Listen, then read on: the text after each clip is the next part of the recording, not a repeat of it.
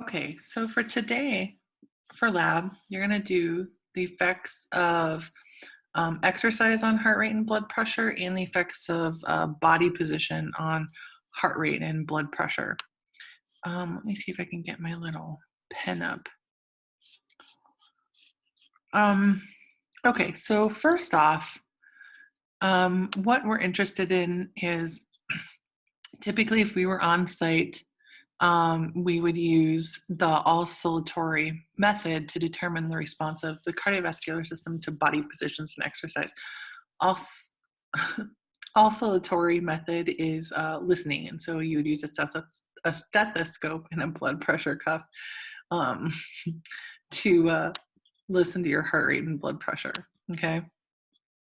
I want you to uh, go to the virtual lab at McGill University in Canada and read how to take blood pressure and heart rate. And then there's useful links at the bottom.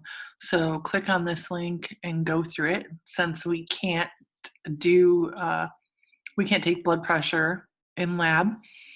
Um, and that's something important that you should know how to do.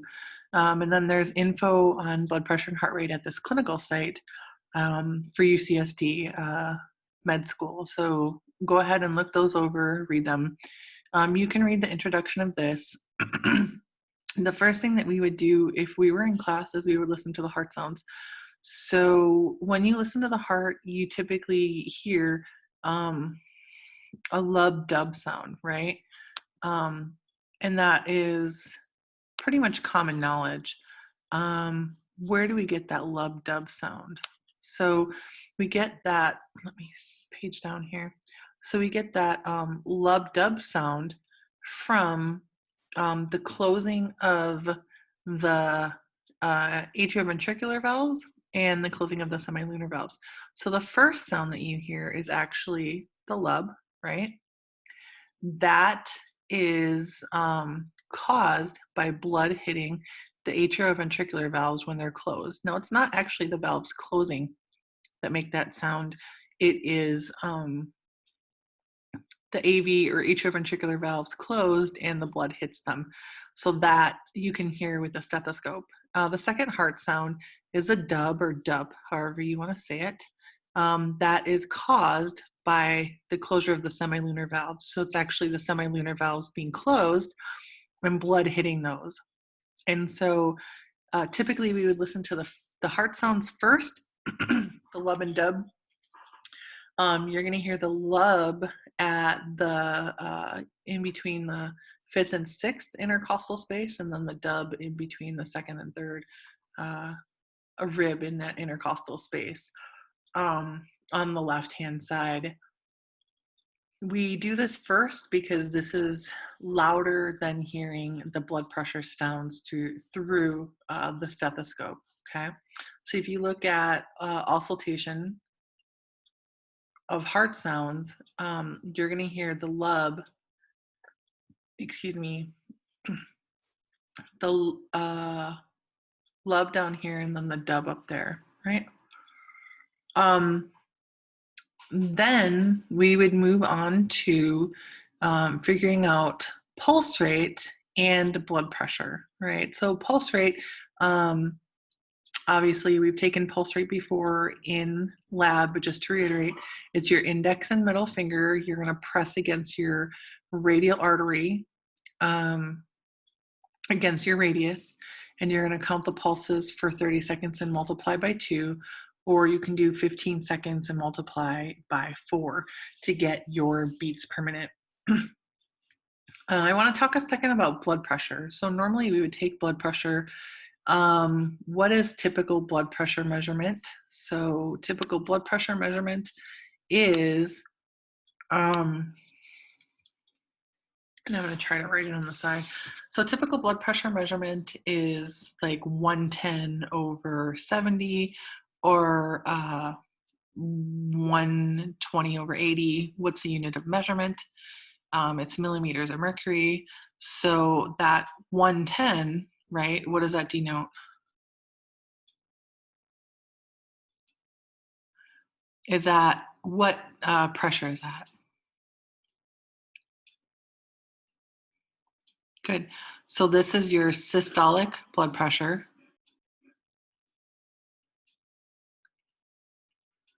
And the 70, the bottom number is actually your diastolic blood pressure. What is systolic blood pressure? So systolic blood pressure is the pressure in the arteries and arterioles, and you can say this is in the aorta, when the heart contracts or when that left ventricle contracts. So systolic blood pressure is a pressure in the aorta when the left ventricle contracts, right? You remember learning, we labeled systole. So we talked about systole for cardiac cycle, and we talked about measuring systole, the time it takes for systole during the EKG, right? So your P to T interval is analogous to systole. That's when the heart's contracting. And so when the heart's contracting, we call that systole, and that gives rise to your systolic blood pressure. The bottom number is diastolic blood pressure. That is when your heart's at rest. So it's a pressure in the arteries when the heart's at rest. Remember, there's pressure in the arteries because our circulatory system is a closed system and there's blood volume. And so anytime you have a closed system with fluid, you're going to have an inherent pressure in that system. Okay, so we can use these two numbers. So we want to look at systolic blood pressure and diastolic blood pressure for a patient, but we also want to be able to calculate it. And so let me go over the calculation first, and then I want to go over the theory behind it. So the calculated map, why do we want to calculate your mean arterial blood pressure? So to calculate MAP, it is, let's write it over here, diastolic pressure plus 1/3. And there's another way to learn this. If you know the other way, that's fine. Diastolic pressure plus 1/3 systolic pressure minus diastolic blood pressure. Okay, this is actually pulse pressure. So what this ends up being is, let me change the color. Let's do blue.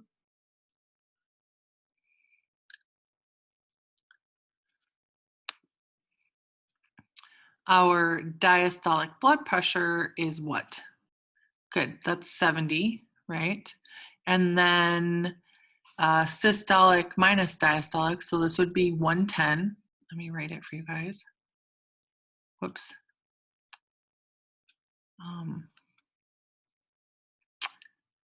Let me erase it. My pencil went crazy. Holy cow. Okay, let's try this again. Okay. Oh, let's do that. Okay, so it's 70 plus 1/3 of your pulse pressure, and pulse pressure is 110 minus 70, which is what? Good. So 70, or excuse me, it's going to end up being 40. So let's erase this.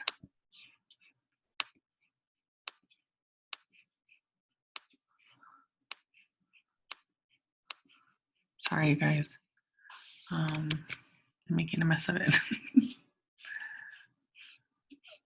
Oh, no, I totally lost it. Okay, let's, I guess I'll just rewrite it over.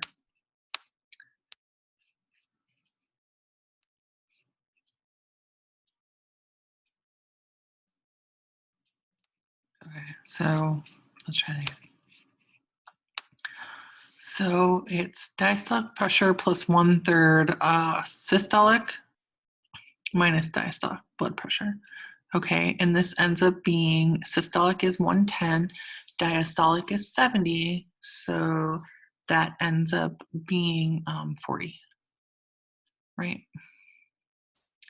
So this is 1/3 of 40, so 40 divided by 3 plus 70 ends up being like 83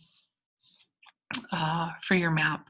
So MAP usually, and it's in millimeters of mercury, right? MAP usually ends up being, a normal MAP range is around 80 to 100, 110. right? Why is this important? Your heart has to generate enough force to get blood flow to your body. Your MAP has to be greater than or equal 55 millimeters of mercury to get blood flow to organs, okay? If your heart, if your left ventricle can't contract with enough force to get MAP to be greater than 55 millimeters of mercury, you're not going to get blood to your organs. And so your organs are going to go through failure. They're going to shut down. And so regarding patient care, this is really important. Clinically speaking, my father had sepsis. He had a blood infection and his blood pressure dropped. And so the first thing that they did was that they raised his feet above his heart. And so they caused more blood to return to the heart.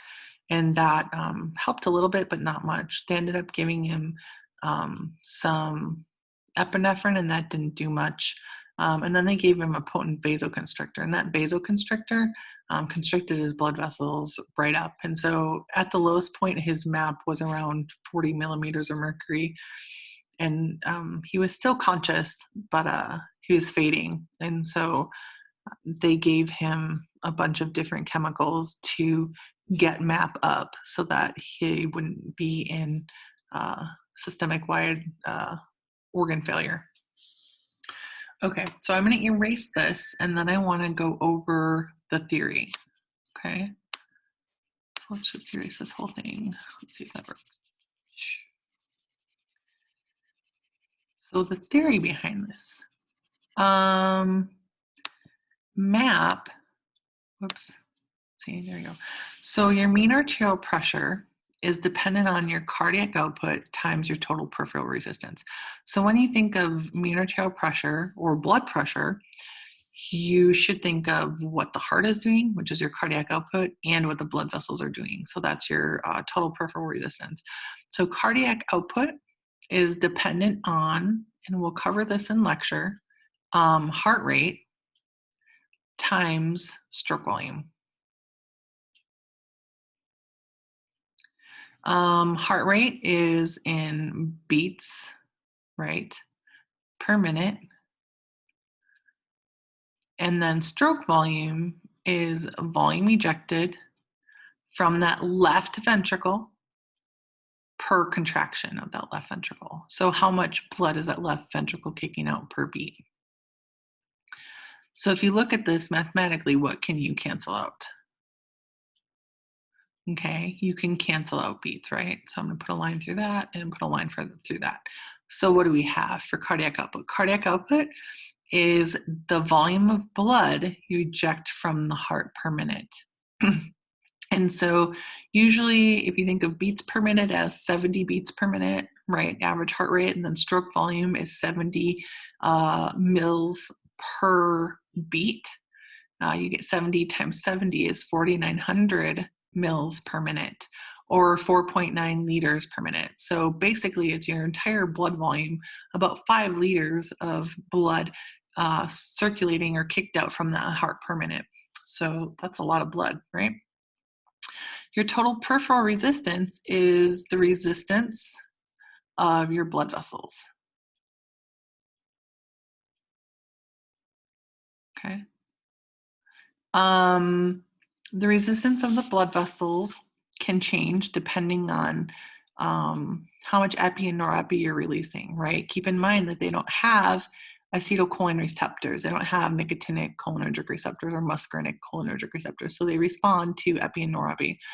So if we want to increase resistance because we want MAP to go up, you're going to do what? So how do we increase resistance? We are going to vasoconstrict those blood vessels, right? So when we make the diameter smaller, we have the same volume of blood, resistance is going to go up. And so blood pressure is going to go up systemically. What happens? How do we get a decrease in resistance? So decrease resistance, that, good, we're going to what? We're going to make the space bigger for those blood vessels, so we're going to vasodilate them. Good. Okay. And so when you vasodilate the blood vessels, you open up, resistance drops, and so MAP is going to drop. So there are two ways that we can regulate pressure. We can increase cardiac output to increase pressure, or we can increase resistance by constricting the blood vessels systemically, and MAP's going to go up. Or we can drop both of these. Now, if blood pressure is low, you're going to do both of these. If blood pressure is high and you need to bring it back down, you're going to do both of these as well. You need to think about how different body positions affect that, right? So if you are standing up, blood is pooling at the feet because we live on planet Earth and we have gravity. So blood's pooling at the feet, and so you're getting less venous return. Less venous return is going to affect which variable? And when I say less venous return, I mean less blood flow back to the heart. So it is going to affect which one? Good. So it's going to affect your stroke volume. So less blood back to the heart. Whoops. Less blood back to the heart, less venous return, less stretch of the myocardium, and then less stretch of the myocardium, less stroke volume, right? So that's how you need to think about it. I wish these would just go away. Let's see. Let's do the green color, the dark green, so you guys can actually see it. Okay. So what happens then when you stand up?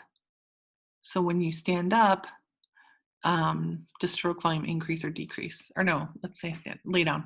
So when you lay down, your feet are at the same level as your heart. And so blood is going to go back to the heart, or more blood's going to go back to the heart. And so you're increasing venous return, and that's going to increase stroke volume. And because you increase stroke volume, that's going to increase cardiac output, and that's going to increase MAP. All right.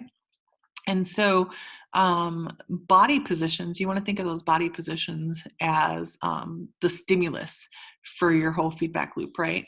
So if you have an elderly patient and they're laying in the bed, are they going to just jump right out of bed? No, because their blood pressure is going to tank, right? So you're going to have them sit up first and let their body adjust to the homeostatic feedback loop, right? Or using their homeostatic feedback loop. And then you're going to have them stand up and let them adjust as well. And so what ends up happening is when you stand, MAP's going to drop. And then you're going to go through your homeostatic feedback loop to regulate it. When you lie down, MAP goes up. It's going to go up, but then your homeostatic feedback looper is going to bring these guys down or adjust these guys to bring this down, right? So when you lay down to go to bed at night, because you're laying down, blood pressure goes up. There's more venous return, greater stroke, stretch of the myocardium, greater stroke volume, greater cardiac output, greater MAP or blood pressure. But then as you're laying down at night, your blood pressure drops, right? So your blood vessels dilate, cardiac output decreases, and MAP's going to drop. And in fact, it drops, and it's the lowest, not quite right before you wake up, but it gets lower. And then when you wake up, obviously it goes up. So your body has its own sort of set point or regulatory set point as you're sleeping. So let's look at how we regulate it, okay? Skip forward, and I want you to read all this because this is important. Orthostatic blood pressure changes means body position. So when you're sitting, standing, or laying down, how does that affect blood pressure? That's important. And then we're going to do effective exercise on blood pressure and pulse rate. Okay, so let's look at your laboratory report. The first thing, that I want you guys to do is fill in your homeostatic feedback loop for blood pressure, right? So when you lie down, what happens to blood pressure? Good, more blood back to the heart, so blood pressure is going to go up. So that is your stimulus. So whatever body position you're in and that causes an increase or decrease in blood pressure, that's going to be your starting point, because your body is always evaluating blood pressure. And when you change body positions, that is going to be monitored by your sensors, right? So I want you to figure out what the sensors are. So are they chemoreceptors? Are they osmoreceptors, thermoreceptors, baroreceptors? And give me locations for those. We talked about those in lecture, or we're going to talk about those in lecture. And so they're in the PowerPoint. The integrator, is it medulla oblongata or hypothalamus? Good, it's going to be the medulla oblongata. So it's going to measure it against a set point, and then it's going to send a signal out. So if blood pressure, the stimulus was an increase in blood pressure, you're ultimately going to have a drop in blood pressure. Okay, what are the effectors? You have two effectors. It's going to be your heart and your blood vessels. And so that's important. And remember, if you give me two effectors, I want you to give me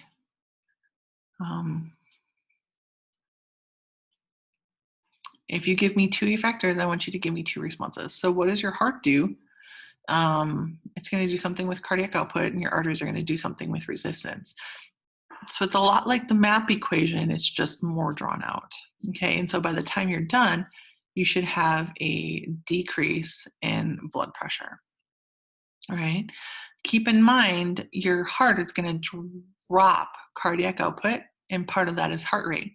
So if you lie down, blood pressure is going to jump up, but then as your body regulates it, you're going to see heart rate drop. And that confuses students right away because they're like, oh, blood pressure is high. Why is heart rate dropping? Well, your cardiac output's dropping and your arteries are dilating, and it takes a little bit of time for blood pressure to drop too, but it'll follow suit. Everybody's a little bit different on how fast their nervous system reacts to this. Okay, so how would blood pressure and pulse rate change for standing versus lying down if you had to make a prediction? So I want you to write a complete sentence, please, of what you think would happen. So what happens when you lie down versus standing, or standing versus lying down, either or? What happens to them? Okay, so if we were in lab, I would have you guys start out by lying down and taking your systolic and diastolic blood pressure, and then your pulse rate. And then I want you to calculate the MAP. And then you would sit up, take blood pressure and pulse rate, and then you would stand, take blood pressure and pulse rate. Okay. I want you to calculate the MAP for those, and then I want you to tell me or interpret the data, right? So when was blood pressure the lowest and pulse rate? When was blood pressure and pulse rate the highest? Does that agree with, or does that support what you predicted, or the sentence, the educated guess, the hypothesis that you just made a little bit ago? Why or why not, right? And then what is the equation used to calculate MAP? For calculating it, not the theory, but for calculating it. And why is that important to know regarding patient care? The second part of this experiment then would be exercise. And so what I have students do is I have them take baseline values. So this is resting, right? So this is the first 5 minutes is resting. So to get baseline values, so let me explain this. So you would take pulse rate and blood pressure for 5 minutes of rest. Let's try that again. Okay. Evaluating it every minute for 5 minutes of rest. Okay, so here's some data. Systolic, diastolic, and then heart rate. Then you'd have one of your group members go and exercise and take blood pressure and heart rate while you're exercising. And so here's 1 minute of exercise, 2, 3, 4, 5 minutes of exercise. So this is exercise, right? And this is blood pressure and heart rate for exercising. And then after 5 minutes of exercise, they would stop exercising, and you would take their blood pressure and heart rate while they're recovering. Okay, so this is your 5 minutes of recovering. So then, and I want you to do this at home, I want you to make a graph for systolic blood pressure and diastolic blood pressure versus time. And for time, you can use 1 minute, 2 minutes, 3 minutes, 4 minutes, 5 minutes, and then do 6, 7, 8, 9, 10, all the way for 15 minutes worth of data. And so it's going to be systolic and diastolic. So these are your pressure measurements versus time, and you're going to have 15 minutes of time. Differentiate whether you're talking about rest or exercise or recovery. And when you graph it that way, instead of, because people make all sorts of funky graphs, right? So this is time, and this would be 0, right, through 15. And so, and this would be blood pressure. And so what you see is when you graph systolic and diastolic this way, you see the trends really easily. It's obvious to see what happens during rest, exercise, and recovery. And then you're going to do another one for heart rate. Once you have the data graphed, then you're going to answer some questions. Okay, so obviously number 6, but number 7, after you've collected your data, construct 2 graphs, one for blood pressure, one for heart rate. What trends do you see? So what happens when somebody exercises and when they stop exercising? And then if somebody's out of shape, how do you think that affects these trends? So what we end up seeing for somebody who's out of shape, typically when you are fit, let's go back to your, I think you erased it, but let me check. We'll go back to the first equation, the MAP equals cardiac output times resistance. Okay, so when you are fit, your stroke volume, because your heart's a muscle and you are cardiovascularly fit, you've conditioned it. So it's going to, it's a conditioned muscle. So your stroke volume is going to increase, right? So your heart doesn't have to work as hard. You don't have to increase heart rate. You actually increase stroke volume when you're fit. And so heart rate's going to be lower, resting heart rate's going to be much lower because you're ejecting more blood per beat. Compare that to somebody who is unfit.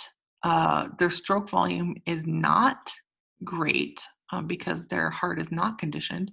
And so the only thing that they can do is increase heart rate. So if you're unfit, heart rate will jump up way higher because your stroke volume can't. And so you'll end up seeing a higher heart rate, higher blood pressure versus someone who is fit. If you go back to the graph, if you look at your graph,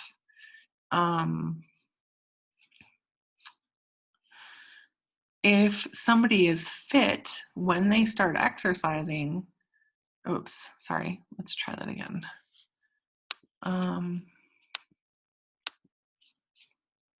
Okay, let's do the green one.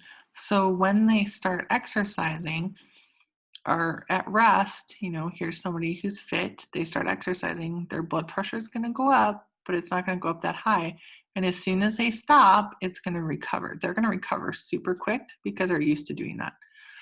Somebody who is not fit, they're going to have a higher resting blood pressure, and heart rate. When they exercise or start to exercise, it's going to jump up higher, right? And it's going to keep creeping up. And then when they stop exercising, it's going to take, that heart is going to take a really long time to recover. Okay, I can tell how cardiovascularly fit I am by how quickly my heart recovers when I stop exercising. All right. Number 8, what neurotransmitters are responsible for increasing and decreasing heart rate? I'm talking about neurotransmitters, not the hormones. So let me know how you increase, decrease heart rate and how that affects blood pressure. Artery and vein on a histological slide. So I want you to tell me what the 3 layers are, what they're composed of, and what are the function of those 3 layers for the arteries and veins. Okay, guys, email me if you have any questions. Thanks.